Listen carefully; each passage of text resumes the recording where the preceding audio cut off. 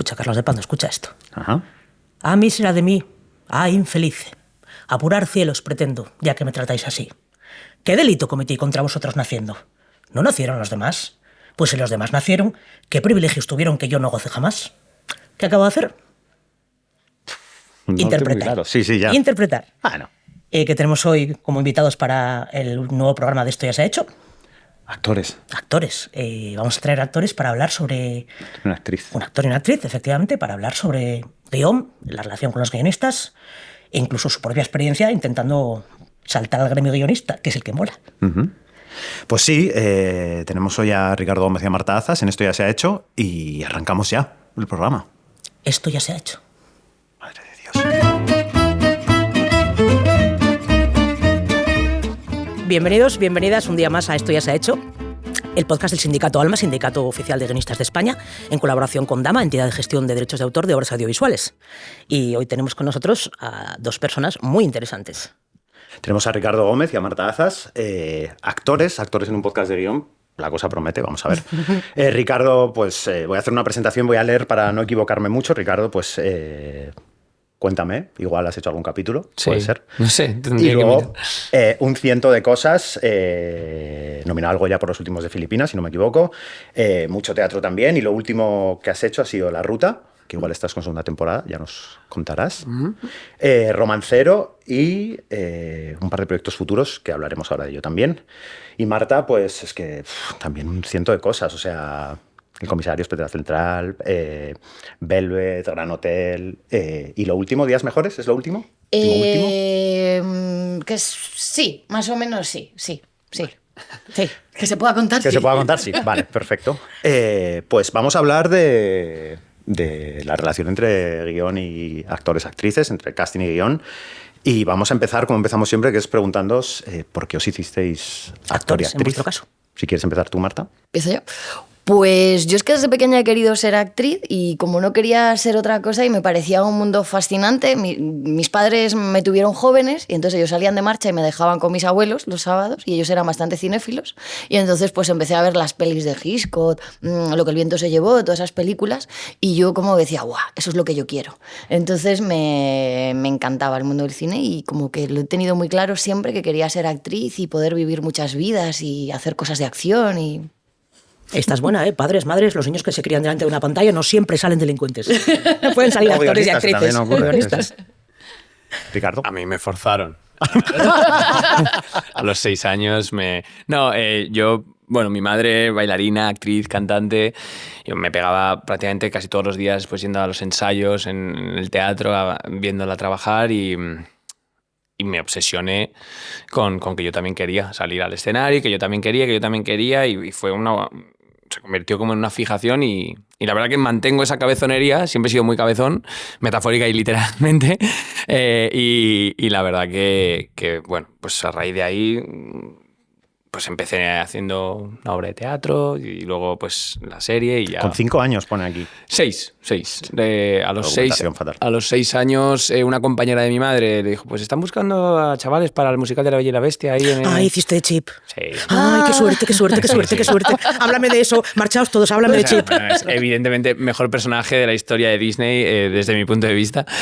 Pues nada, es que fue esto porque le di una matraca a mi madre para que me llevase a esto, porque esta compañera suya lo dijo delante de mí, entonces claro, fue como quiero y me llevaron, me hicieron cantar, o sea, una prueba, ojalá todas las pruebas fuesen así, 6 años, me subieron al escenario de Lope de Vega y me dijeron canta el cumpleaños feliz. Esa te la sabías, esa bien. Espectacular. Ya habías probado texto unos años antes. Yo no, ni cantaba entonces ni canto ahora, pero bueno, dice lo que y me dijeron muy bien, tal, no sé qué, me pillaron, o sea, no sé qué pasó ahí, pero y estuve un año ahí haciendo de Chip, sí, y al año pues pasó algo parecido, con alguien dijo, pues están buscando chavales para una serie de televisión y me volví a volver como loco con qué quería. Mi madre no estaba muy por la labor, pero la convencí y pues el resto de historia. Le cantaste el cumpleaños feliz. Exacto, no. La otra prueba fue un poco más larga y más complicada. Pues si os parece empezamos hablando de eso, porque en realidad las pruebas de casting son el primer contacto que tenéis con el guión. ¿Qué preferís encontraros ahí cuando llegáis a una prueba de casting? ¿Más material, más información, menos? O sea, ¿vais con vuestra apuesta? En realidad estoy haciendo como varias preguntas a la vez, pero Cuando llegáis al casting, ¿os vale con la escena o siempre pedís un poquito más de información? La información es poder. A mí me interesa tener un poquito más de información, sobre todo pues para ver el punto de partida y un poco el tono de la serie, que es muy importante. Pero yo creo que cuando yo voy a una prueba, sobre todo me interesa que trabajen conmigo en la prueba, que no sea solo ver una propuesta, porque en eso puedes estar muy equivocado. De hecho, tuve una mala experiencia en los primeros castings al llegar a Madrid, que tenía que hacer de una ciega en un casting para un director, que era más o menos en ese momento así conocido, un poco indie. Y entonces llego con Rosa Estevez, directora de casting, y ella callada, ¿no? Y me hacen la prueba y yo, claro, digo, una ciega, leído parecía un poco así como un poco medio comedia, un poco romántica, tal, y yo digo, pues me voy a ver de Audrey Hepburn sola en la oscuridad. Y entonces yo, bueno, pues tiré un poco por ahí y yo iba haciendo la prueba y el director me iba diciendo, muy bien, muy bonito. Muy bonito. Y yo, lo estoy petando, lo estoy haciendo. Claro, me voy, salgo súper contenta. O sea, era primera o segunda prueba que hacía cuando llegué a Madrid.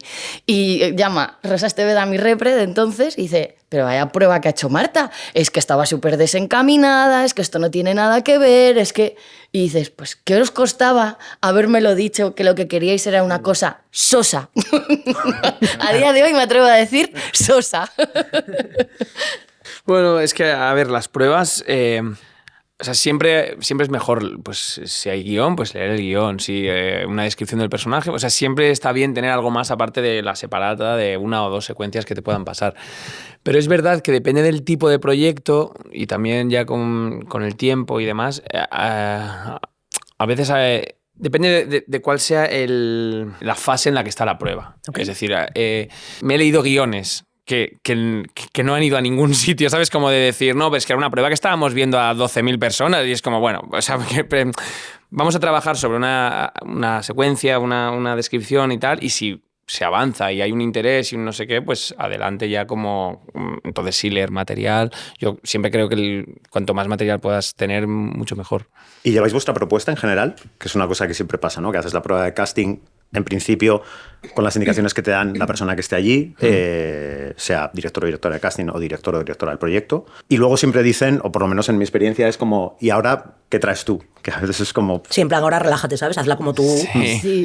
Sí, bueno, a ver, aquí cada persona tiene su manera de funcionar. También incluso los directores y directoras de casting. O sea, hay algunos que son con los que yo entiendo que va mejor encaminado el trabajo, que son los que de entrada no te calientan la cabeza y es como, vale, ¿qué traes?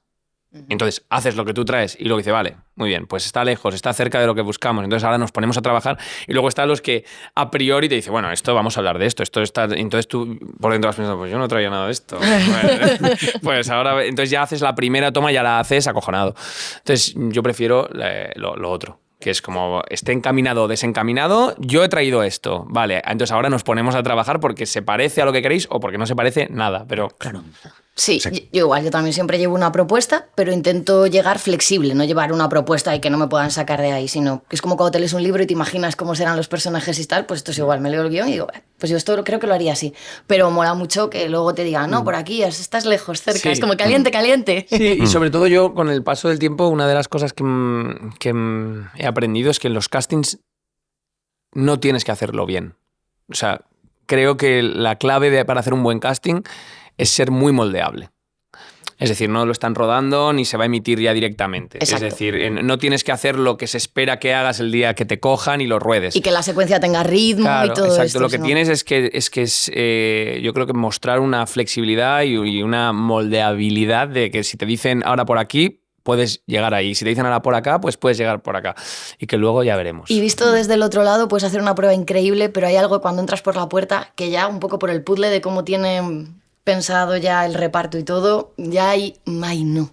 ¿Sabes? O hay que dices, y a lo mejor tu prueba es mejor que la de otro, tal, pero por lo que sea... sí, luego tiene que encajar todas las piezas y el corcho que decía siempre Ramón Campos de su foto con todo el equipo. Al final, la experiencia, lo que a mí me ha dado con respecto a las pruebas, porque una prueba nunca es agradable de hacer, porque hay algunas que son un poco más acogedoras, pero la mayoría es como... Y cuanto más quieres hacer el proyecto, más cuanto más quieres hacerlo, pues peor lo haces y todo esto. Pero lo que he aprendido yo con la experiencia y con el tiempo es que en el fondo da un poco igual como lo hagas. O sea, es decir, si el personaje, si lo que están buscando se parece a ti y no lo has terminado de hacer muy bien, te van a volver a llamar, porque hay algo de ti que nos gusta, pero el otro día no cuajó. O sea, y a lo mejor lo que dice Marta, lo puedes haber hecho súper bien, que es como, ya, pero es que no nos casa. Claro. Porque ya tenemos cogido al otro protagonista o a la otra protagonista y es rubio y tú Esto eres, pasa de ¿sabes? verdad. Como cosas Sí, sí. así que dices, Sí. aprender a soltar y no a echarte a ti mismo el decir, joder, lo he hecho mal. No, es como, es que a lo mejor no tiene nada que ver con cómo lo has hecho, sino con cualquier otra cosa.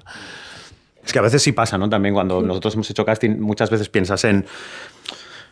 Habiendo escrito el guión, ya no es tanto que se aproxime al personaje, o sea, no estás haciendo el casting del personaje, estás haciendo el casting del actor o la actriz. Entonces, de pronto ahí hay algo de ver a esa persona trabajando, clave o no clave el personaje, porque es lo que decís, ¿no? Que clavar el personaje a primera es complicadísimo, de hecho prácticamente imposible, pero sí a veces empiezas a intuir cosas y a ver cosas que dices, voy a poder trabajar porque el guión está escrito en esta dirección con esta persona que ha entendido, por lo menos... algo un poco abstracto que es el tono en realidad, ¿no? Y en los callbacks incluso más, ¿no? Cuando te llaman para hacer una prueba Sí. con otro actor, por lo menos desde el otro lado, a veces lo ves y dices, wow, no sé si van a ser estos dos exactamente, pero ambos son muy buenos con otra persona. O sea, tienen muy buena química, o son muy generosos, o están trabajando súper a favor de que al otro se le luzca lo que sea que ha venido a lucir en esa escena. Y ahí también a veces dices, y esto lo digo por si también nos escuchan actores, actrices, que a veces dices, vale, para esta no ha sido, pero vive Dios que para la siguiente me lo traigo conmigo. A esta persona, Total, ¿verdad? eso, Sí, total. sí, eso es oro, que te vayan Porque- conociendo y... Sí. Porque luego vota mucha gente, quiero decir, también tienes que Claro. gustar, aparte del director de casting, a la directora, director o directora, productor ejecutivo, y luego ya plataforma, cadena, o sea, pasas una cantidad de filtros que lo que tú dices, no puedes ir pensando que esto va a salir. No. Tienes que ir diciendo, bueno, voy a hacer esta prueba y ya está, ¿no? Y sobre todo, una cosa que es muy común entre actores y actrices y que afortunadamente yo he aprendido a soltar un poco, es como a no echarte a ti mismo la reprimenda si no sale. Es lo que tú dices. O sea, es que le puedes haber gustado a 5 personas, pero la última dice, ay, pues yo, que es la que más manda, cuando lo leí, pues yo le imaginaba con pecas y dices, a tomar por culo. O sea, como que no cargártelo sobre ti mismo, ¿sabes? Sí. ¿Identificáis algún elemento cuando os llega una separata de casting que decís, esto está guay? O sea, quiero decir, ¿hay algún elemento clave que decís, pues si esto está en una separata de casting, yo ya empiezo a ver cosas? No sé si es Las los acotaciones. diálogos o las acotaciones. Ya hablaremos de las acotaciones. O sea, ¿hay algún elemento que digáis, vale, o sea, si yo tuviera que leer siempre una separata de casting, me gustaría que siempre hubiera, pues yo qué sé. Sí, para mí es muy claro cuando la manera, o sea, cuando son separatas que ya pertenecen a un guión trabajado o cuando de pronto son estos casting que están muy abiertos a mucha gente porque es, bueno, mándanos algo, pero que no está trabajado realmente el guión, que es una primera versión así, como para hacer una prueba. Porque hay algo cuando tú la estudias que cuesta, que se nota que no está puesta en boca de un ser humano y que entiendes como la línea más como la línea de escaleta más que algo que sea un diálogo que se pueda decir en voz alta. Y entonces en eso sí que se nota en los proyectos cuando la prueba dices, guau, pues a mí lo que me gustaría todo el rato es que fueran diálogos orgánicos que cuenten las intenciones y la situación, ¿no? Entonces eso sí que noto cuando está en distintas fases. Y a mí lo que me engancha cuando me llega una prueba es que si te pasan los 2 primeros guiones y yo me los leo como en plan novela de, wow, ¿qué más va a pasar? Y no solo busco, mi personaje tiene tantas secuencias, tal, es que es guay lo que me ha llegado. Sí, los diálogos para mí son clave para saber si el proyecto... O sea, luego te puedes equivocar, pero generalmente, también a medida que vas leyendo guiones y separatas, si te mandan una separata de 2 secuencias y no te gustan esas 2 secuencias, seguramente no es que hayan querido mandar las 2 que consideran mejores, pero sí 2 importantes. Sí. Si esas 2 secuencias Ya no te las lees gustan. y dices... Hay muy pocas posibilidades de que luego leas el guión y digas, hostia, qué sorpresa me llevaba. Entonces, sí que, y para mí la clave son los diálogos, porque es verdad que, y más cuando vas a hacer una prueba, no te planteas tanto la secuencia, las acotaciones, que también está muy, muy bien que te llegue una separata para hacer un y que veas como todo lo que va antes de los diálogos, pero que realmente tú cuando vas a hacer la prueba, que la vas a hacer contra un fondo blanco, con una cámara, que no sé qué, o sea, pues todo lo demás te centras un poco en lo que tú tienes que defender. Y Y yo creo que ahí está bastante la clave. Luego es una putada cuando quieren juntar dos secuencias en una y entonces pegas Sí. y entonces ves como que hay como un tajo Un hachazo rarísimo a ahí. mitad de tal y dices, ¿pero cómo? No, sí, es que las juntamos pero bueno, es como para ver el cambio y dices, ya, pero el cambio, joder. Claro, pero- está. Pero, o sea, se nota muchísimo. Es como súper complicado pasar de... Sí, es verdad, es que en el guión hay 40 secuencias de por medio, pero bueno, es para ver el salto y dices, me cago en la hostia. Total. Ya. Tiene todo el sentido. Y cuando os llega, o sea, proceso de casting, estáis ya en el proyecto, cuando os llega el guión, ¿qué es lo que empezáis a, o sea, qué es lo que más os interesa, la historia o el personaje? Quiero decir, cuando empezáis a recibir ya los guiones en el caso de ser una serie o el guión en el caso de ser una peli, ¿qué es lo que os atrae más? ¿En qué os fijáis más? A ver, me encantaría. He estado a punto de decir las dos cosas, pero es mentira, porque puede ser la serie más maravillosa del mundo, pero si el personaje que me toca no me gusta, no me llena y soy, yo qué sé, estoy en otro momento de mi carrera y toca hacer de lancero uno y estar todos los capítulos así, sujetando una lanza en algo que yo me va a frustrar, pues es como, o de pronto el personaje, veo que la serie es genial, pero el personaje que me toca es como que no me gusta, esto es que como muy tópico, pues yo creo que eso me hace infeliz. En cambio, igual puedo estar en una serie de un presupuesto menor, mucho más indie, una serie que igual no es como los parámetros que tal, pero el personaje me flipa y a mí me encanta defender personajes que me apasionen, porque creo que con eso también construyes grandes series, y que es lo que me parece en el trabajo que compartimos, crear esos personajes es lo que nos da también los grandes proyectos y a nosotros vida, vaya. Un poco un equilibrio. ¿Ok? Pero eso no vale, hay que mojarse, me he mojado. Bueno. Es que yo he tomado, Disparidad. yo he tomado decisiones hacia un lado y hacia el otro. Y generalmente suelo estar más tranquilo cuando confío más en el proyecto. Y el personaje, bueno, no es la hostia, no es el mejor personaje. Es un personaje que está bien, pero es que le aporta algo a un proyecto que me encanta. Luego ya si encima el personaje es la bomba, pues mejor que mejor. Pero que cuando de pronto te encanta el personaje y dices, bueno, el proyecto está bien, pero es que este personaje... Ahí no digo que me termine arrepintiendo porque me he pegado yo el trabajo y el gusto de hacerlo, pero sí que creo que el personaje es mucho más efímero. El proyecto queda. Entonces, con el paso del tiempo, cuando miro a personajes que he hecho porque me encantaba el personaje y el proyecto me gustaba, pero normal, los siento un poco más olvidados que cuando miro a personajes que eran a lo mejor para mi gusto más normales, pero que el proyecto me flipa y lo tengo ahí como en el recuerdo y para mí tiene una vida más larga. Claro. Pero es muy complicado tomar la es que va un poco de la mano, porque los buenos proyectos tienen buenos personajes Sí. y cuando... Sí. Yo, por ejemplo, en el caso de Velvet, cuando me lo ofrecieron, estaba terminando Gran Hotel y el personaje tenía 2 secuencias en el primer capítulo y 1.5 en el segundo.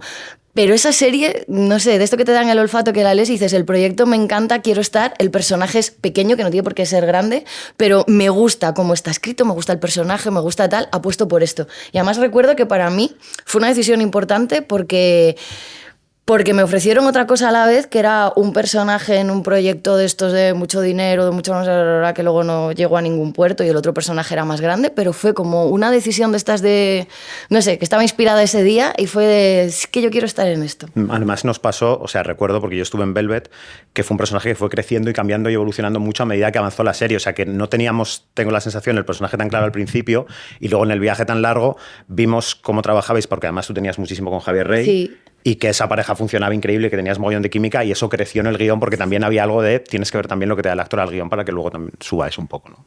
Al final yo creo que si tuviese que dar un consejo, que nadie me lo ha pedido y por tanto no lo tengo que dar, pero Te vamos a pedir, pero bueno. hay que rellenar minutos de podcast. No, estoy de broma. Creo que proyecto siempre. O sea, proyecto siempre, porque... Sí, más que personaje, aunque te ofrecieran un personaje que no te apeteciera. Pero a ver, es que escucha cómo ha empezado. Le ofrecieron Chip, que es un personaje pequeñito en La Bella y la Bestia. Pero no, o sea, yo en La Bella y la Bestia estaría la pata de la mesa. Es un personaje genial. No, pero es muy pequeñito, pero- tiene poco. Pero no importa ¿Sabes que qué sea pasa? grande o pequeño. Ya, Ahora, es verdad. ahora estaba pensando en algún ejemplo de alguna película que alguna vez me han tanteado para hacer un super prota, el prota de la peli, que no sé qué, no sé cuánto, y el proyecto no acompaña y dices, pues es que creo que no. y sin embargo te llega un personaje más pequeño que no te digo que sea el típico regalo de secundario, no, un secundario que está bien, pero que el proyecto te apasiona y dices, pues para adelante con el proyecto. Claro, es que yo no digo de tamaño, Claro. El tamaño no importa. No hay que hablar de tamaño aquí, ¿para qué? No, yo me refería a que me guste o no me guste meterme en la piel de ese personaje, o que me aporte algo. Para hacer cosas o que Sí. ya he hecho muchas veces, o que no me exprimen, o me dejan en un lugar como actriz que luego no me voy a encantar, o que creo que no las voy a hacer bien, es como, no sé. ¿Y cuáles son los elementos con los que más os suele costar lidiar en un guión? Y aquí entramos a las acotaciones. No, o sea, yo recuerdo que cuando hablábamos con Nacho Vigalondo, cuando dirigía El vecino, decía, solo hay 2 notas posibles para un guión. ¿Esto no se entiende o esto está sobreexplicado? Y a veces tiene que ver con, a veces es un exceso de acotaciones, un exceso de descripciones, o a veces es una redundancia en los diálogos o tal. O sea, que es cuando decís, aquí hay algo con que me cuesta enfrentarme. ¿Qué creéis que es? ¿Hay alguna cosa habitual en los guiones que decís cuando esto pasa? Sí, pero no por... O sea, como actor, al guión... yo solamente lo puedo juzgar si de pronto digo, hostia, me parece que esto ya está explicado. O sea, que esto con esta imagen se ve y a veces tienes la confianza para comentarlo y a veces no, depende del proyecto. Es como, oye, creo que este párrafo de texto, creo que... Pero realmente con lo que yo tengo más conflicto es con un tipo de acotación, no con todas las acotaciones. Al charco, Directamente venga, al al barro, ya charco. está, claro que sí. No, pero lo digo desde mi miedo como actor, que son las acotaciones muy concretas, muy emocionales. ¿Vale? Ok. Pero dices, por ejemplo, cuando son redundantes, en plan... No. La línea de diálogo dice, te mato, hijo de puta, y la acotación dice, furioso. Hombre. No. Eso por descontado. No. Yo me refiero como a el personaje X se gira y le dice, no te vayas, y rompe a llorar desconsolado como cuando era un niño pequeño. Y dices, hostia... Vale, un segundo. Es que a lo mejor en esa frase no rompo a llorar desconsolado como un niño pequeño. Entonces es el momento en el que yo, desde mi miedo como actor, a decir, oye, o sea, vamos a ir trabajando la emoción, vamos a ir viendo en qué momento llego a romper, a llorar desconsolado. O sea, como... Son un tipo de acotaciones muy emocionales que sobre el papel leídas es como que lo ves clarísimo y dices, claro, joder, es que cuando le dicen esto, pues tu padre ha muerto y entonces se derrumba y echa a llorar y le da un ataque de ansiedad, se le salen los mocos de la nariz, no puede aguantar y dices, hostia, vale. Un segundo. O sea, a mí me ha pasado de leer una secuencia así y llegar el director a decir, yo creo que lo mejor es que no hagas nada, porque a mí cuando me dieron esta noticia, pues me quedé petrificado y no sé qué. Y dices, bueno... Al final, entre el guión y el actor, evidentemente hay una cosa, hay un ente que es el director o directora. Ahora hablaremos de eso, de la relación entre guionistas. Pero para mí, las que me dan más miedo cuando leo, y ya te digo, no es una cuestión de esto sobra, sino es una cuestión de, a ver, ¿cómo hago yo esto? No sé si voy a ser capaz de en este momento, o sea, ¿pasa algo si esto en vez de en esta frase es en esta otra? O sea, Yo ya he llegado aquí de manera y hay más... veces que te encuentras, no, da igual, vamos a ver qué fluye, olvídate de eso, y luego te encuentras con directores o directoras que dicen, no, es en este momento. Y entonces haces... Bueno, okay, me parece más difícil si es ríe a carcajadas y dices, por lo que acaba de decir fulano, si no tiene ninguna gracia. A mí me pasa leyendo a veces guiones y míos también, ¿no? Es como, ríe, digo, voy a quitar este ríe, esto no tiene gracia, que sonría, como mucho. Esto me ha pasado hace poco, he rodado un personaje que tenía una fisura en una costilla y que le hacía reír el otro personaje y era como, no me haga reír, tal, y yo leía lo que había delante y... Jamás me reiría con esto. Tío, esto no hace ningún tipo de gracia a ningún ser humano. A mí es que siempre he entendido como mi trabajo y la parte que me pone y me divierte es como intentar hacer realidad lo que el guionista ha escrito en un papel o el director, o en este caso cuando trabajas con showrunner y gente que dirige sus propios proyectos, pues es como hacer realidad todo lo que esa persona tiene en la cabeza y eso como me pone y es lo que me divierte, ¿no? Sí. Entonces, eso siempre me tomé así la profesión y de hecho trabajando luego con Blanca Portillo, ella, que también es alguien que es creativa, porque yo considero que mi trabajo es muy creativo también, pero lo que me hace feliz es ser capaz, hasta si un guión no está bien escrito, ser capaz de hacer orgánico lo que pone ahí, ¿no? Me lo tomo como una meta. Y lo único que sí que es verdad, que a veces, pues como todos trabajamos con los ritmos que trabajamos, pues igual algún guión pues no llega con las suficientes versiones, o se ha escrito de un día para otro porque hay que hacer una separata de estas famosas por necesidades de producción. Y entonces es verdad que igual leyéndolo dices, pues es que es raro porque emocionalmente me estoy, yo qué sé, echando la bronca aquí a de pronto como que reculo mucho para luego volverme a poner muy chula sin ningún sentido. Igual, si cambiamos este orden no fluye todo más tal. O sea, pero ya son cosas que creo que tienen que ver con el set de rodaje, y cuando al final esto es algo en un papel y hay que levantarlo, pues hay que ajustarlo a todas las necesidades que es un rodaje, ¿no? De producción, de... ¿Y preferís alguna de las dos opciones? Que os dejen, porque esto entiendo que tiene que ver mucho con la persona que dirige. Libertad para trabajar, en el sentido de libertad para trabajar, no, libertad para proponer y decir, o sea, hasta qué punto os gusta meteros en la parte del guión, que siempre es una cosa que genera mucho conflicto en realidad. Sí. A mí me da mucho miedo, a mí me encanta que me den esta libertad, pero creo que tengo el sentido común de saber hasta dónde puedo proponer, cuándo es mejor callarse, cuándo pero lo paso muy mal cuando trabajo. Imagínate, pues es una secuencia de 5... Y ves que hay alguien que está intentando llevarlo como muy al límite su propuesta. Como... Arrastra al resto, ¿no? También claro, yo no estoy ahí. Como que realmente es peligroso cuando se abre mucho la veda de la experimentación en el último minuto, que es el set, porque esto ha pasado por salas de guión, por salas de... y llegas al último minuto y dices, un segundo, sí. Vamos a intentar darle la vuelta a todo. Entonces, es como un meme, ¿no? Como que vas viendo como el incendio detrás y la niña ahí... Sí. Totalmente. Claro. Entonces es como un equilibrio. Yo he trabajado con directores que les encanta tirar el guión para luego recuperarlo, que esto es como muy gustoso, realmente, como que dices, te olvidas de que esto está aquí, entonces llegamos a una cosa que acaba de nacer y que seguramente tiene menos calidad que lo que lleva siendo escrito mucho tiempo, pero luego, una vez que has encontrado una naturalidad, una manera de acercarte al entorno, a los personajes, y ya todo está funcionando, y dices, vale, ahora vamos a recuperar lo que antes hemos... Y así es como yo creo que más he disfrutado trabajando. Sí, yo creo que eso depende mucho también del tipo de proyecto en el que te metes, y lo importante es que todos estemos de acuerdo. Porque yo, por ejemplo, en la comedia, creo que concretamente ahí no se puede improvisar. Una cosa es que tú propongas, se te ocurran cosas en los ensayos. Pero cuando llegas al set, para mí la comedia es música, es partitura, y creo que, de hecho, mi experiencia me dice, cuando la gente se ríe mucho en el set y todo eso, luego no funciona cuando veo los brutos. En cambio, cuando la cosa está más mecanizada, es más tal, y la gente del set está todo el mundo más centrado, luego pasan cosas guays cuando llegas y lo ves en la sala de montaje.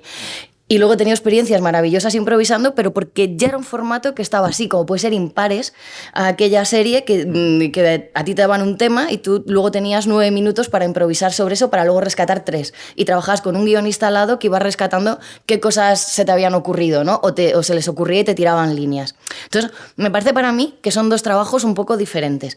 Y que esto que me ha pasado de estar en una serie... una secuencia muy coral que dura 1 minuto y que acaba durando 5 por las morcillas de todo el mundo que quiere su minuto de gloria, ¿no? Terrible. O gente que se está yendo para cerrar una puerta y siempre tiene la última palabra y nunca se va. Sí. Y es que eso es horrible, porque quedan unos coleos enormes de secuencia, infumable. Y como yo eso en los demás no me gusta, intento no hacerlo. Y todas las propuestas que se me ocurren las hago, pero en los ensayos. A mí la comedia me da mucho miedo. A nosotros también. Es que es difícil. Es lo más difícil. A mí la comedia me da mucho miedo. No considero que sea algo que... Bueno, tampoco lo he hecho mucho, ¿eh? O sea, pero le tengo miedo. No sé si es que siento que no se me daría bien o siento que... O sea, hay algo como que me da muchísimo respeto. No sé, al final lo que no se puede es como... tratar de pensar que todo el mundo hace bien todos los trabajos. O sea, y por ahí también creo que hay una base de respeto importante. Es como, no, yo no creo que puedo llegar al set y reescribir esta secuencia entera porque aquí hay un trabajo que se le ha dedicado muchas horas y que se le ha dedicado un talento y que se le ha dedicado el respeto a una profesión. Y al igual que En este caso hablamos de guión, pero a todas las demás. Es como, pues, a mí un consejo que me dio una vez Echanove a las 4 de la mañana, volviendo al Hotel María Cristina en Donosti. Tenías tú 6 años, ¿no? Tenía 4 años cuando Echanove me dijo, o sea, lo que dice el director va a misa. Y te va a pasar que a lo largo de tu carrera vas a trabajar con directores o directoras que desde el minuto 1 vas a pensar, no estoy de acuerdo con lo que dice. Creo que si yo me pusiese a dar ideas, tal vez lo haría. Vale. Ahí es cuando más caso le tienes que hacer, porque es como, si te crees por encima del guión, si te crees por encima de la dirección, ahí es cuando te vas, pero vamos, te hundes. Entonces es como, aunque tú pienses que aquí nos vamos a hundir todos, húndete, pero haz caso a quien te está hundiendo, ¿sabes? No intentes sublevarte. Claro. Nosotros, sí, bueno, lo comentamos de vez en cuando damos alguna clase, porque nos tocó la producción ejecutiva de un par de series, y una cosa que hacíamos y que creemos que fue útil y que seguimos haciendo es... en cuanto empieza a llegar el reparto, en cuanto empieza a entrar gente, incluso antes de que se incorporen los directores, pero sí ya están incorporados también porque no es excluyente, es tener una reunión, una comida o lo que sea, un par de horas, lo que necesite el actor, la actriz, sobre el guión que ya ha leído, sobre los guiones que ya ha leído, para que nos cuente. Es como con total libertad. Si te ha rascado algo, si esto te suena extraño, si esto no lo has entendido, que también pasa a veces, y de repente cuando 3 personas te dicen, oye, no he entendido esto, es como, hostia, a mí me parece que está clarísimo, pero es obvio que a la tercera persona que te dice, claro. ni siquiera tienes que llegar a la tercera. A la primera persona que lo va a tener que defender y te dice, no lo entiendo, es como, pues esta persona no es tonta, es que no está bien escrito, no pasa nada. Entonces, esa reunión descubrimos que era muy útil porque había un montón de cosas que, sobre todo, que no podías dejar ni en manos del director, que tiene 8 millones de departamentos a los que atender, y en un momento dado, a lo mejor acaba diciendo, hazlo como tú veas, y hazlo como tú veas tampoco es justo para el actor o la actriz. Es como, vale, pero luego a mí que no me vengan a decir, es que justo has dicho esto y me has jodido todo el arco de temporada de este otro personaje. Yo que sabía, ¿no? No echáis de menos en ese sentido tener a lo mejor más relación con el guionista o la guionista y poder trabajar estas cosas. A mí es que la fórmula esta, pues la que hemos tenido, por ejemplo, en Días Mejores, que hasta cuando Adolfo todavía no estaba dirigiendo, estaba la figura de Cristóbal y Adolfo de los showrunner ahí en la serie, me parecía súper interesante porque era genial. Era cualquier duda que surgía, el tono o cosas que incluso había que cambiar por lo que fuera ese día. Porque ponía la acotación, llueve mucho y hacía mucho sol, vamos a modificar cosas, que ya la gente no entra con paraguas, que lo cambien por tal. Es genial que estén ellos. Entonces, a mí me parece que, y creo que la profesión tiende más a eso, ¿no? Que cada vez hay más proyectos de autor y que haya una autoría clara, creo que ayuda a que todos estemos mejor y tenga mejor resultado nuestro trabajo, porque no es de todo esto que siempre hemos hablado, toda la gente que decide en los despachos, hasta que llega tal, claro, al final hay proyectos que se convierten en un Frankenstein que no sabes ya ni el tono, te has perdido y nos hemos perdido todos. Y del guión que escribisteis no hay nada. De mi idea de ese guión y lo que me enamoró del proyecto tampoco, y supongo que el director tiene que claudicar en 1500 cosas. Entonces, para mí es clave saber qué teníais en la cabeza y con ese director. Sí, y luego una cosa que para mí es vital, súper importante, es todas las dudas antes del set. El set es un lugar hiper hostil, es un lugar lleno de egos, pero no de egos en el sentido de... No, ahí está todo el mundo intentando hacer lo mejor posible su trabajo.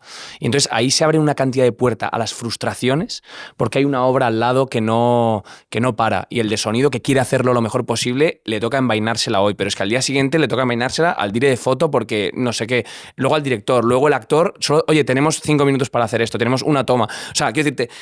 Hay un juego ahí de vamos, todo el mundo intentando hacer bien su trabajo y a ver hoy a quién le toca ceder un poco, que cuanto más trabajado lo lleves todo de la sala, con el guión, con los ensayos, con la dirección, con el tal, con el cual, y en el set vayas a ejecutar lo que ya has trabajado previamente, creo que esa es la fórmula del éxito.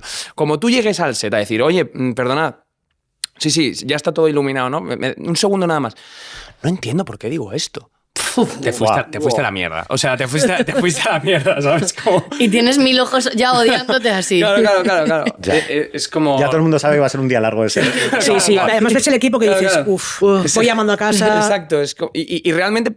Puede ser que no entiendas por qué dices eso. La duda es legítima siempre. Pero el problema no es que no entiendas por qué dices eso. El problema es que no te dieses cuenta hace un mes de que esa misma frase ya estaba escrita.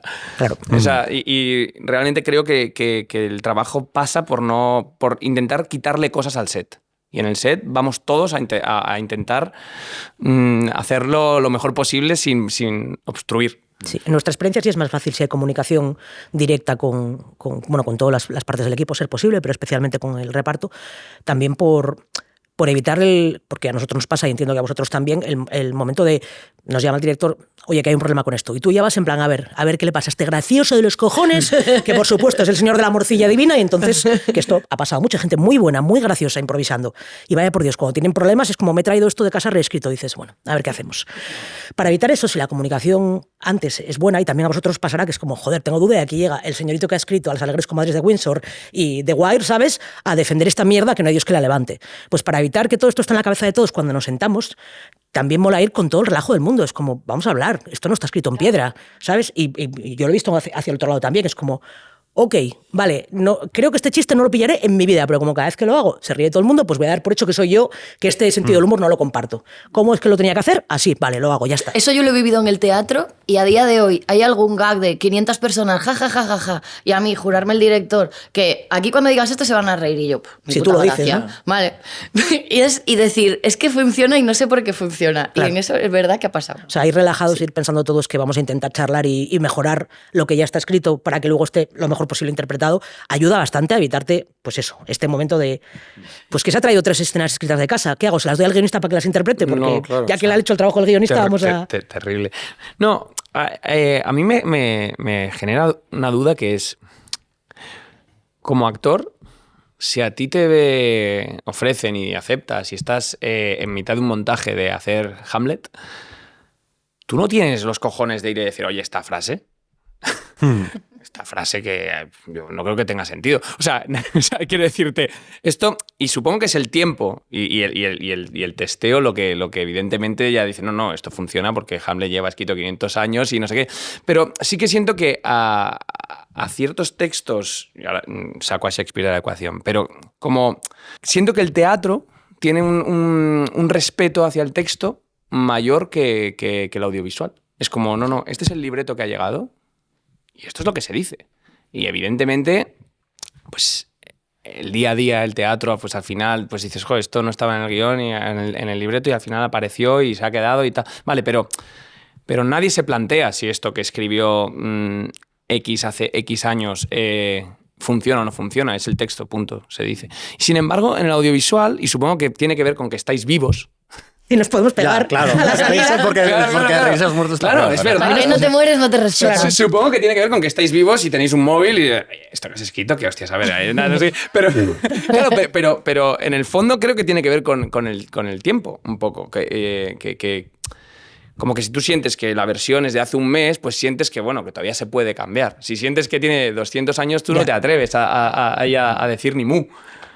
Y también pasa con las versiones de guión. O sea, quiero decir, es lo que dices, cuando llega un guión que tiene ya sus versiones, está muy trabajado y ya tiene un tiempo, que no es lo mismo que te llegue la separata del día antes, que a todos nos ha pasado de decir, pues esto lo escribo, se rueda mañana a las 8, pues corres, lo sueltas y ya está. Pero es verdad que cuando está trabajado y testado el texto es mucho más inamovible también ahí, ¿no? O sea, y más difícil improvisar y más difícil meter la mano. Sí, yo lo veo, fíjate, pero a veces más que los propios actores o las actrices, lo veo a veces cuando hay directoras que trabajan de encargo, que ahora está muy de moda los encargos, y veo unos destrozos de guiones que te intentan hacer, que es como, o sea, me parece, que eso sí que me parece, pero de cambiarte, bueno, no me voy a enfangar. Pero de intentar cambiar unas cosas, decir, oye, pues sí, cuéntalo, si está muy bien lo que me estás diciendo, pero esa es tu película, cuéntala, pero no puedes hacer esto con la mía, ¿vale? Y entonces a mí creo que esto es que me parece una falta de respeto que me enfada muchísimo, porque a mí si me llega un guión que no me gusta, pues es como, pues no lo hago, es como no tengo ninguna obligación. Y confío todo el rato en el trabajo en equipo, porque yo creo que esto es una profesión que se nota mucho, porque igual que nosotros nos tenemos que escuchar y es oro que tú estás mejor cuando con tu compañero está mejor, creo que también esta escucha que tenemos los actores, creo que hay que tenerla con el guión. Pues todas estas palabras se las recordarán a Ricardo en algún momento porque te pasas al gremio, ¿no? Hay una película por ahí rondando que escribes y diriges. ¿Quieres contarnos un poco del proceso? Venga, pues sí. La verdad es que yo hace como un montón de años ya, la verdad. Cada vez me estoy haciendo mayor. Pues debía tener yo como 15 años o así cuando de pronto dije, oye, a mí me apetece dirigir. Como que llevaba ya un montón de años en un set de rodaje y... Iba a decir 15 años, qué joven. Perdón, se me olvida que claro, con 5 años ya eras chip y todo lo demás. y lo que pasa es que estuve mucho tiempo, o sea, como quiero dirigir, pero no tenía como la sensación de tener claro qué quería contar. Y esto me demoró como muchísimos años, como el decir, bueno, pero el qué. Y de pronto un día, que sé perfectamente dónde estaba, o sea, como que dije, claro, joder, voy a escribir esto. Entonces, me puse manos a la obra, fue un trabajo tortuoso. O sea, estoy convencido de que este proceso me ha hecho como valorar muchísimo más a lo que ya valoraba, que era el guión, que siempre se dice que es lo más difícil, tal, no sé qué. Pero, joder, hasta que no lo vives en tus propias carnes y dices, no, es que esto es terrible. O sea, como que un día te sientes que eres el mejor guionista del mundo y al día siguiente te levantas con un café, lo lees y dices, ¡buah, semejante mierda! Me escribí ayer. Y entonces vas como evolucionando y bueno, pues empecé a escribir, tardé mucho tiempo en terminar como una versión. También era que nadie me la había pedido, entonces es como que hasta que eso salió del email por primera vez, pues le había dado 1000 vueltas. O sea, la primera versión no tenía un deadline. O sea, fue como una primera versión como muy revisada. Y bueno, sí, estamos a mitad de la financiación. Falta como terminar de completarlo y con un poco de suerte, si todo va bien, el año que viene espero poder estar rodando. Esto es un proyecto que arranqué en 2019 a trabajar en él y a ver si con un poco de suerte pues el año que viene podemos rodarlo. Es que son muchos años al final, ¿eh? Levantar un proyecto es un... Joder, yo me acuerdo que cuando Raúl Arevalo hablaba de Tarde para la ira y decía 7 años, no sé qué, yo por dentro yo pensaba... 7 años, ¿qué hace este vago? Qué malo eres, 7 años. ¿Qué habrán hecho mal? Y ahora me doy cuenta de que si consigo, que todavía está por ver, rodar el año que viene, para cuando se estrene habrán pasado exactamente los mismos 7 años. Claro. Y entonces, bueno, pues sí, son los tiempos y bueno... Y son los tiempos si tienes suerte. Esto no hay que dejarlo pasar, porque yo me considero que he tenido mucha suerte y que la parte que ya tenemos como levantada de financiación, pues me siento muy afortunado porque no es nada fácil y si finalmente llegamos a puerto, pues será porque se han hecho cosas bien, pero también porque se ha tenido mucha suerte. Y ha influido, entiendo, tu experiencia como actor a la hora de escribir. Quiero decir que la habrás pasado todo por ese filtro, ¿no? Sí, de alguna manera. Sí, creo que sí. Yo no sé cómo trabajáis los guionistas, porque además tengo muchos colegas que son guionistas y yo supongo que cada uno tiene su... A mí me venía muy bien decirlo en voz alta, o sea, interpretar las secuencias antes de darlas como un diálogo por... O sea, si yo decía el diálogo varias veces, como preparándome yo esa separata y no me lo creía, decía, no, esto no funciona. Entonces, como que sí que es verdad que pasándolo por mí, como con la parte más interpretativa, pensaba, bueno, me los creo o no me los creo. Y luego, aparte, yo tengo como un par de ahí que digo, bueno, estos están en esta versión, pero espero que cuando llegue el rodaje todavía no me la cuelan esos diálogos, ¿sabes? Como que vas detectando, bueno, aquí tengo que dar esta información, a ver cómo coño la doy, ¿no? Eso es lo que peor he llevado, porque escribir secuencias en las que te las imaginas y visualmente, ¿no? Esto es precioso, claro, ¿no? O sea, narrativamente no está pasando gran cosa, pero esto es genial. No, pero ahora escucha el conflicto. O sea, cuando realmente te metes en un poco en la peripecia, ahí yo lo paso fatal, porque pienso que me voy a pasar un rayo láser y voy a pasar por lo del aeropuerto y todo me pi, pero tío, esto todo el mundo no se la voy a colar a nadie. En plan, impostor farsante, vuelve a tu serie. Claro. Tú has producido, Marta, también. Tú produjiste Pequeñas Coincidencias.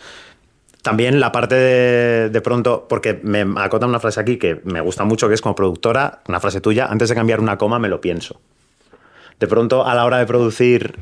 ¿El trabajo con el guión es distinto? ¿Lo afrontas de otra manera? No, sí, pero eso yo creo que lo dije también porque al convivir con un guionista en casa y estar rodeada de muchos buenos amigos también guionistas, es como que veo, porque además como pareja de alguien que es guionista lo sufro en mis carnes, de juergas y todo, que estoy fastidiada, que no puedo irme de viajes y tal, porque está ahí... O sea, que veo en las horas que ese culo ha estado sentado en una silla. Entonces, por eso, antes de cambiar una coma, que igual al principio eres más arbitraria, pues en una serie diaria, diaria, ¿no? Yo qué sé, que vas a 30 páginas diarias de estudio, cosas así. Ahora es como de, no, es que esto... Estaba por algo. Lleva Sí, muchas sí. horas, sí. Ha habido aquí una persona Sí, sufriendo. y luego ves eso, cuando hay que hacer el encaje de bolillos, porque dices, hay ciertas necesidades, pues en pequeñas coincidencias las 3 temporadas, hay necesidades de producción que ya está todo ajustado y vale, hay un caballo y un pony, pero no puede haber ni un animal más en los siguientes capítulos porque no hay dinero o no sé qué. Entonces ya como que hay como, oye, mi personaje no podría tener un... No. Tu personaje no puede tener nada más que lo que tiene. Entonces como que todas esas cosas las valoro mucho más. Es una experiencia buena pasar por cualquier otro departamento, ¿verdad? Antes de volver a incorporarte a lo que haces habitualmente, si es que vuelves. Creo que Paloma Rando, que había estado un tiempo, es guionista, había estado un tiempo en el departamento de vestuario, decía, yo me cogería a cada guionista y me diría, te tiras un rato de meritorio con vestuario, un rato con maquipelo, un rato con los eléctricos, un rato en montaje. Para cuando acabas, te vuelves a sentar al teclado y dices, vale, y ahora... Con calma, ¿vale? Que esto hay mucha gente que va a tener que trabajar durísimo. Eso me Total, dijo a mí un para levantarlo. guionista hace poco, se pasó una semana, no era showrunner del proyecto y tal, pero se pasó una semana viniendo a rodaje y era una semana entera nocturna. Y no te digo el viernes, el miércoles a las 4:30 de la mañana a 2 grados, el típico caldito como, uf, estoy escribiendo ahora un guión y ya estoy pensando en todos los exterior noche, pasarlos a interior día. O sea, Ya. sí, total. Cuando pasas por otros departamentos ves un poco también como... De hecho, las escuelas de cine y las escuelas, yo creo que además de las herramientas que te dan, funcionan genial esas que puedes pasar por distintos departamentos. Yo que hice antes periodismo, por eso de no arriesgarme a venir antes a Madrid y tal, y lo típico que te dicen, estudia una carrera, un plan B. Pues periodismo como plan B. Ya, o sea, estuvieron finísimos ahí, ¿eh? Es que... Está ahí con historia del arte. Sí, sí. Sí. Pues me vino genial, porque claro, yo me pillé todas las optativas y los créditos de libre elección de cine, televisión, y el hecho de haber tenido que pasar por todos los departamentos, claro, te da una visión 360 de empatía también con los otros trabajos que a mí me ha venido bien, aparte de que luego vayas coincidiendo con profesionales que sean muy profesionales y te enseñen bien el oficio, pero es verdad que hay algo que, claro, que eres incapaz de coger tu vestuario. Una de mis mejores amigas, Nazaré Colomina, es jefa de vestuario. No me imagino llegar a hacer con una camiseta y tirarla al suelo por, ¿sabes? Por prisa que tenga o lo que sea, porque hay como, no sé, que tienes presente todas esas cosas.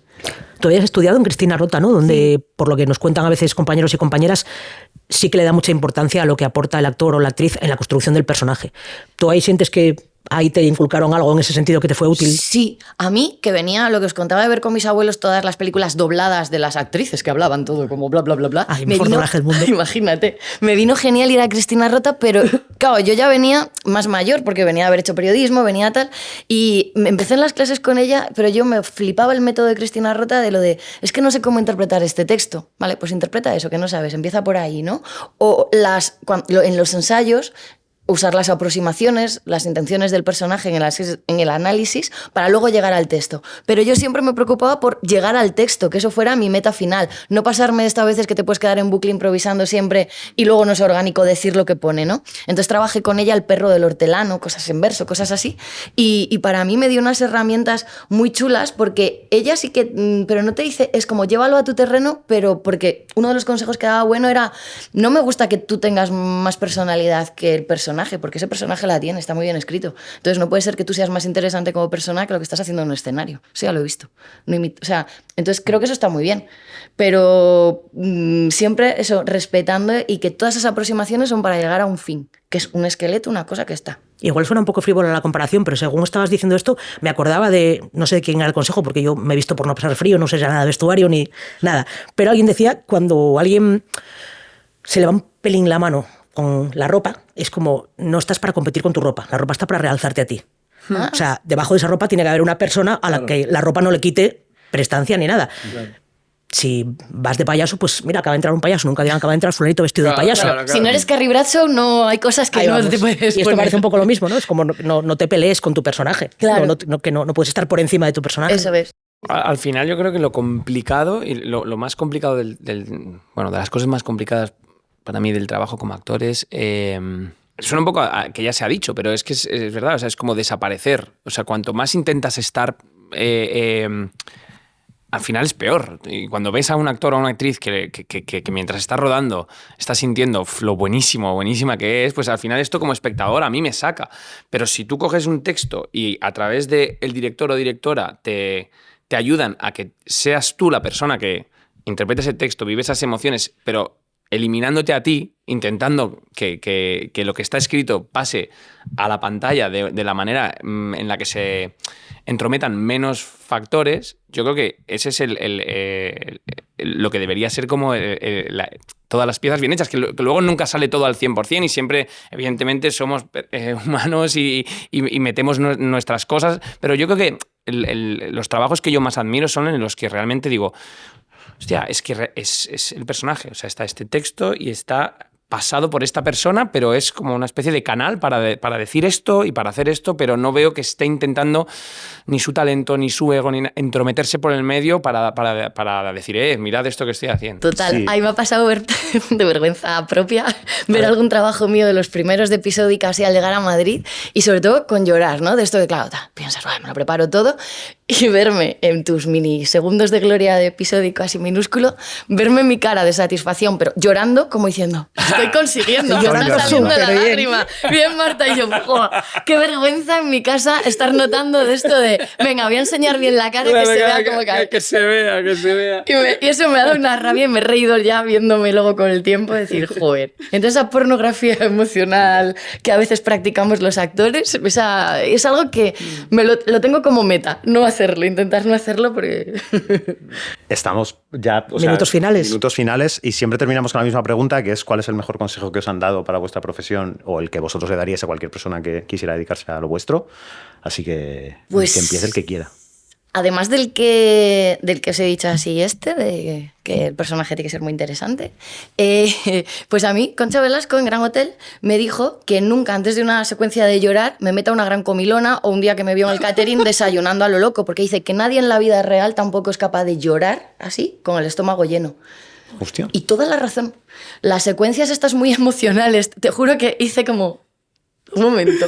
Y toda la razón. Tú te metes una comilona y luego tienes que llorar y no hay Cristina Rota Coraza ni método en el mundo que te haga que de aquí la cosa tenga emoción, ¿sabes?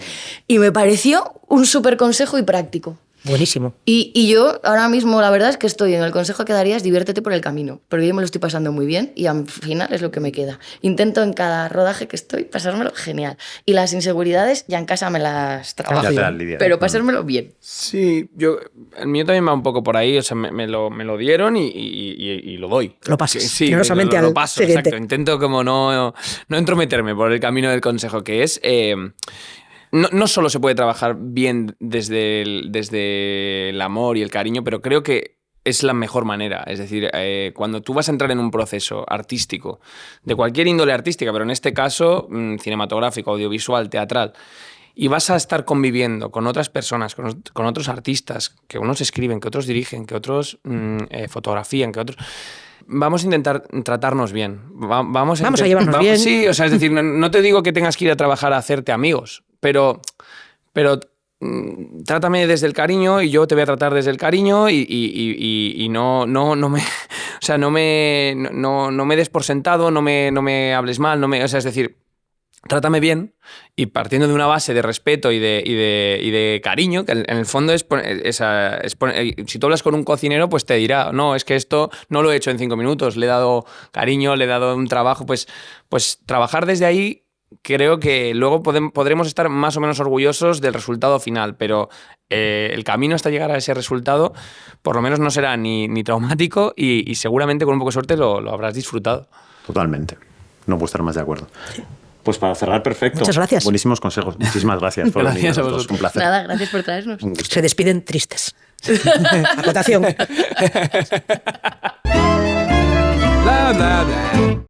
Pues una nueva turra sindical para Vamos a por ello. las personas que nos escuchan con Borja González Santolaya y Pablo Bartolomé, que vienen a hablarnos de... Pues de Problemillas, de cosillas. De los problemillas que surgen con la inteligencia artificial. Esto está tan de moda. Claro, no se ha tocado este tema y la verdad es que, bueno, pues, sí, que cada vez tontería, más. ¿no? Sí, cada vez más y tiene sentido porque la aparición de la inteligencia artificial genera una serie de conflictos ya no solo de derechos, sino laborales, éticos, morales, que se nos presentan y son nuevos. Y entonces venimos aquí un poco a lanzarlos un poco. Sí, al aire. a ponerlos sobre la mesa para hablar de ellos, para que todo el mundo lo conozca y para saber también, bueno, un poco en qué situación nos encontramos con respecto a regulaciones, etc. Ok, pues... Claro. Lo primero que deberíamos decir es que la inteligencia artificial es una herramienta para generar contenido escrito. Esto implica que un productor puede generar su propio contenido, que nunca será suyo, porque le habrá dado una serie de pautas a la inteligencia artificial para que te saque cosas, y implica que exista o pueda existir una reducción de guionistas, es decir, yo ya no os necesito. Básicamente es esto. Porque si viene un productor y te dice... Oye, casualidad es que he descubierto una cosita aquí, ¿no sabéis? Inteligencia artificial, que pones, dice, escríbeme una premisa de una película que suceda en Canarias y que tenga estos elementos y tal. Y la inteligencia artificial te da no solo una, sino todas las opciones que le pidas. Entonces, ¿qué puede implicar eso? Que puedas seguir un poco y digas, y lo mismo que me has hecho, pues mira, me ha gustado la premisa número 3, desarróllamela, hazme una secuencia. Es decir, alguien sin el conocimiento puede llegar y te puede venir un guión hasta en formato. O sea, estas son cosas que pueden pasar. ¿Qué provocaría esto? Evidentemente, una reducción del trabajo, ¿no? Porque no tendríamos trabajo. Y también, evidentemente, podría pasar de... Estas premisas, igual no un guión, ¿no? Digamos, venga, pues como para que la IA escriba un guión tiene que haber un proceso, porque no es inmediato, tienes que ir poco a poco, escribiendo secuencias, bla, bla, bla. Quiero decir, a día de hoy, estando a viernes, la inteligencia artificial, o por lo menos la que nosotros controlamos, no hay una que te haga un guión de la 1 a la 90 directamente. Entonces, necesita un trabajo, ¿no? Necesita ya ponerte un poquito. Pero sí que pasaría que esas premisas, por ejemplo, el productor podría sacarlas y esto ya diría, oye, la premisa te la he dado yo, esto genera un problema que es evidente, que es... te va a costar menos, porque esto lo puedo hacer yo. El guión vale menos dinero, ¿no? Y eso es bastante importante. El precio ya reduciría. Y luego hay una cuestión relativa a los derechos de autor bastante... Bueno, hay varias cuestiones con esto, pero creo que no son menores. En primer lugar, el caso que ponía Borja, ¿no? Llega el productor que ha metido unas ideas y ha desarrollado la IA pues una premisa y te da a ti para que hagas un pulido, en realidad. Puede ser que te llegue a hacer un pulido de unas secuencias que has juntado. Entonces, claro, ¿a quién pertenece esa obra? ¿Esa obra audiovisual de quién es? En ningún caso debería ser del productor, pero en ningún caso puede ser de la máquina. Entonces, ¿qué pasa con este vacío que se queda ahí? Y no solo esto, porque las inteligencias, las IAs, para poder trabajar esto han sido entrenadas, o son entrenadas, están siendo entrenadas. Pero ¿cómo se entrenan estas inteligencias artificiales? Pues con guiones que han cogido de Internet. Pero son guiones que se han volcado en Internet en un universo que estas inteligencias no existían. Por lo tanto, no había una regulación ni un marco legal que las protegiese de esto. Es decir, que ahí hay un claro problema con la ley de propiedad intelectual y un posible plagio involuntario de estos guiones. Este es un problema que compartimos con otros gremios, por ejemplo, los dibujantes e ilustradores, que se quejan a menudo y con toda la razón de que se alimenta el robot, digamos, con obras por las cuales evidentemente no se paga nada al autor original, y en otra medida también con el gremio de traductores y traductoras, que también se ven contratados cada vez más para hacer lo que habéis llamado pulido, que es yo te hago una traducción automatizada y si eso contrato un traductor luego para que le dé una pasadita, ¿no? Claro, por esto es muy importante que haya una transparencia total con el uso de estas IAs, cómo han sido entrenadas y de dónde viene la información y si se ha generado algo a través de la IA o no. Y es muy importante también que no firmemos contratos o que estemos vigilantes si hay contratos que nos ofrecen con cláusulas en las que dicen que este guión que escribas puede servir para entrenar inteligencias artificiales. Claro, esto es importantísimo, claro, porque todo lo que hagamos nosotros puede ser utilizado para que pues, un productor se beneficie dentro de saber que igual ni es el mismo productor, es otro, o igual incluso es otro guionista, pero si otro guionista está utilizando cosas que me pueden pertenecer, es complicado. Aún así, a mí, cuando de las pocas cosas que me generan de momento una tranquilidad, bueno, un poco en stand-by, es que todo lo que la IA genera, de momento no tiene ningún tipo de calidad, digamos, artística en la que se note un autor, ¿no? Se nota que está todo hecho con un patrón. Y esto está bien. Y a la vez, ojo, cuidado, porque puede ser un estándar de calidad en algún momento dado. Y este es el problema. Me consuelo, ¿no? Sí, eso, no se consuela porque no quiere. Me consuelo porque decía Ted Chiang, que es el autor de una novela, un relato en el que se inspiró la película La Llegada, que lo que genera la IA es como una fotocopia de una fotocopia. Y tiene en parte razón, ¿no? Porque todo lo que... Si la inteligencia artificial genera cosas que vienen de otras cosas que ya hemos visto, normalmente son cosas que quizás patrones que se repiten, es verdad que no sonará ya a muy visto, ¿no? Y eso, digo, es un consuelo para nosotros que creemos que todavía tenemos que aportar, porque aportamos una autoría y tal, pero habrá alguien que le valga los patrones y las fórmulas preestablecidas, y esto es un problema. Y es un problema porque todo lo que genera la IA no va a tener esa profundidad, esa complejidad que le damos nosotros, ¿no? Nuestra experiencia, nuestra vivencia. Muchas veces nosotros rompemos los moldes de algo, de un patrón, de una fórmula de guión, porque creemos que eso le da algo, ¿no? No siempre vamos por el carril que nos han marcado desde pequeños de todo lo que hemos visto. Nosotros también podríamos ser una IA, podemos hacer eso. Y precisamente decimos, esto ya lo he visto, voy a intentar probar por este lado. Eso es lo que hace que nosotros seamos tan valiosos y por eso nuestro trabajo sea imprescindible, ¿no? Y bueno, estas cosas más o menos subrayan o ponen foco en la necesidad de regular el uso de las inteligencias artificiales y sobre todo tener un comportamiento ético con su uso y su abuso para respetar nuestros derechos como guionistas y como trabajadores. ¿Qué pasos se están dando ya en el mundo o se han dado en esta dirección? Bueno, pues tenemos el ejemplo más reciente, es la huelga de Estados Unidos, la ya muy famosa huelga de Estados Unidos de la VGA, que una de las cosas que regularon es esto. Y precisamente fue el primer acuerdo al que llegaron con los productores. ¿Por qué? Porque para los productores también es un problema. Volvemos a hablar de lo de los derechos de autor. Si de repente se descubre que una cosa ha sido generada con derechos sin un acuerdo con estos derechos de autor, podemos caer en un problema de plagio con la ley de propiedad intelectual. Entonces, bueno, vamos a decir más o menos así, vamos a leer. Toca el momento de leer los acuerdos a los que se llegó. Empiezo yo. Vale. No está obligado el uso de la IA. No se puede obligar un productor no te puede obligar a que uses una inteligencia artificial para hacer tu guión. Y sí que puede ser, nosotros sí que podemos decidir si lo podemos usar como herramienta de trabajo, ¿no? Que apoye nuestro desarrollo de la historia. Tiene que existir una transparencia total por el material generado por la inteligencia artificial. Quiero decir, las productoras deben informar a los guionistas si cualquier material que tú das, eso ha sido o que te dan, ha sido generado por inteligencia artificial. Esto tiene que quedar meridiano, efectivamente. Limitaciones en el crédito y en la compensación. El uso de una inteligencia artificial no puede estar en detrimento del crédito de un guionista ni de su salario.